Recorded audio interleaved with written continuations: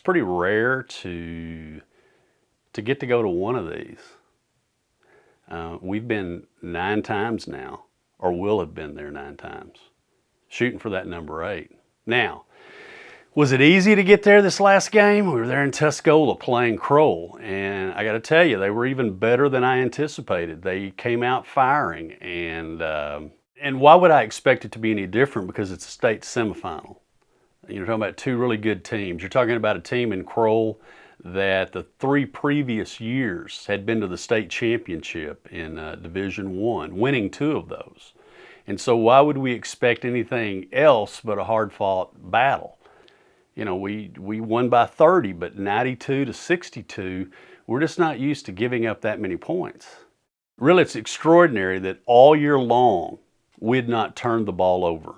No interceptions, no fumbles, but that night, we fumbled the ball twice, and I know the weather had something to do with that. We also weren't able to recover an onside kick, and so 3 turnovers. That was a little out of the ordinary for us. Yet, even in the midst of that kind of weather, Jared Martin was golden when it came to kicking extra points.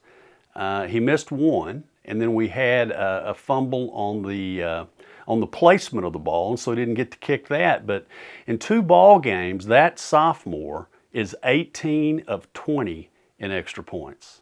That is 36 points in 2 games in 20 plays. But their quarterback, Tristan Hayes, has a real arm. And he was throwing and throwing and throwing, and even ran better than I anticipated that he could with a knee that he's had difficulty with throughout his career. So they put up a great game. It was entertaining. It seemed like it took forever because we're not used to that kind of thing. There weren't as many people in attendance because of the weather, but it helped our radio crowd.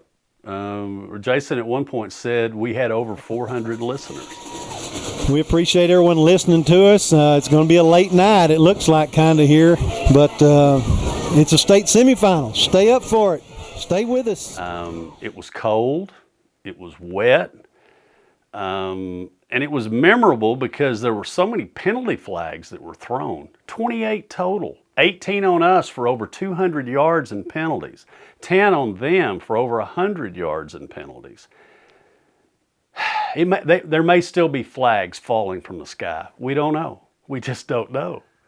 But it was a good win against a good football team. I don't know. It's all right. We just line back up and we'll run right over them again. You know, that's the way you solve that flag problem. Just go ahead and score another touchdown, right? Yes, sir. Give us another chance to run another play. All right. I don't know. Were you like 19 to 20 these last 2 games on extra points? Yes, sir. Yeah, that's pretty good. That's just amazing. And so, it seemed like you got better with each kick. Had a little bit of a bobble, had 1 block, but still all good, right? Yes, sir. Really good. And, you and I joke around on the sidelines about how we enjoy crushing dreams. Did we do that tonight? Oh, yeah. Obviously, we crush dreams. That's all we do at Richland Springs. He's a great quarterback. Hats off to him. I didn't realize he was that mobile. Were you aware of that? I didn't. He's faster than I thought he was going to be, but we kept it pretty good. So the Coyotes going to show up and see if we can do something with those Balmaray Bears? Yes, sir. We're going to bring our A game. You have to give a nod of the head to the Kroll Wildcats and the outstanding team that they are and the outstanding run that they've had here over the last 4 years. And so, they played us tough. They played us as tough as anybody. And so good job to those guys. We're facing Balmaray, who are coached by a legend in the 6-man world, Vance Jones. And he's been a part of 3 state championships himself. In our very first state championship run in 2004, he was coaching Aspermont, and that was probably the best team that we played all year. And we're fortunate to be able to win and then go on to play in the state championship.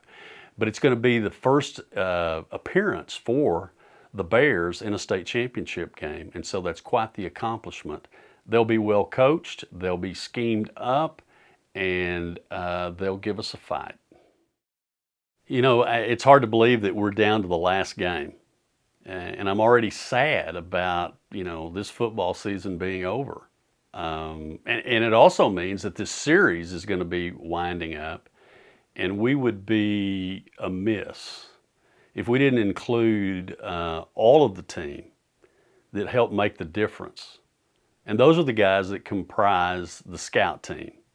The ones who simulate and who execute the plays and the defenses that the varsity guys are going to face out there on the field. I think us as a scout team, we understand, how important it is for us to be there throughout the week, and us having to learn all the things, and it's really important that we prepare our first team for Friday nights, and we all know that it's an important job that we have to take, and it is hard sometimes, but we enjoy our time out there. We have a lot of fun, and we like to enjoy our huddles with Coach Rogers. Even though he's been calling us the goof troop since freshman year, it has its moments that I'm never going to forget, and that has to be one of them. They're just as much a part of the team as anybody. In fact, they're critical as all get out. They work just as hard. They run all the wind sprints. They lift all the weights. They do all that stuff. They just don't get to be in the paper as much. And they may not necessarily be on the field as much, but they will in the future, but not necessarily this season. And they have to be ready to go in at any time. If somebody goes down, it is next man up, and they understand those things.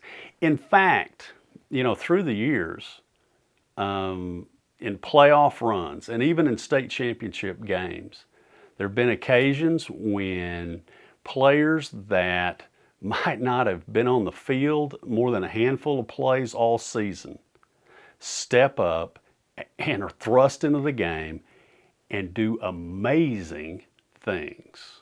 The toughest thing on being about a scout team is that we have certain numbers that they give us, and we're pretty much that person on that team that we're going to play that week, and we have to study them and know every move that they're going to make on the field, and we have to reenact it in scout team so the varsity knows what's going to happen in the game. The difficult part about being on a scout team for me is all the positions that I have to learn throughout the week, because coach might want to put me at spread back one day, and then he might want to put me on the line, and then maybe out in another week against a different team, he'll put me at wide receiver, just running all sorts of different routes and stuff. And sometimes it's fun and sometimes it's not. My great-grandfather is Press Adams. He's 92 years old. He served in World War II, and he's known as the #1 Coyote fan. Being on scout team is tough. Last Tuesday, I broke my finger, and I haven't been able to practice, but I wish I was able to. Now, these guys, they are clever, they are funny, and they are great to be around. And you need to know them. The funniest thing on scout team this year when Dusty, the Wyoming Cowboy, put Colt the Bullfighter on his butt. The true story about the Colt Carlisle thing, just that I happened to be in the right place at the right time, and I tackled him by the legs, and he just fell down like a dead dog. And that's why they called me the Wyoming Cowboy. Scout team is important, but it can be dangerous, especially when you get hit by Walker Tippy. I think the best and worst thing about playing on the scout team is playing the best team in the state every day throughout the week. And, when it comes to Mondays, we have to figure out the new things we got to learn, and we have to take it upon ourselves to reenact the person that we're portraying throughout the week as best we can to prepare our first team for Friday nights. And I just find it to be a big responsibility, and it can have its fun moments, and it can definitely have its not-so-fun moments. The best thing about getting the varsity prepared for Friday nights is so that me and Barry can be on the sidelines watching our varsity team crush dreams on the other teams. Getting to go to AT&T Stadium means a lot. I've been there once to Chris Kyle's funeral, and I've always wanted to go back and play on the field. Okay, the moment that we've been anticipating is here. The stage is set, and we're excited and we're fired up about it. This is everything that we've been talking about this entire series, and now, it's coming to a head. We're going to realize all that we've been hoping towards, all that we've been wanting to happen, and now it's here. So you can't help but be a little excited about that. I know that the boys are. I mean, they've talked about, what it'll be like walking out onto that field. I know they've been to a state championship already. I mean, all of them, except for the guys that, are freshmen, were part of that state championship last year there in Abilene. But to be able to go and play where the Dallas Cowboys play when you live here in Texas, that's a big deal.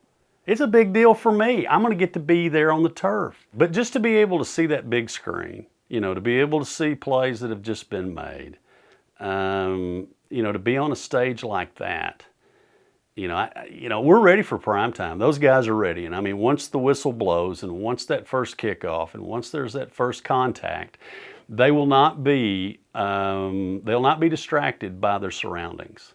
They'll be playing football. These guys are confident.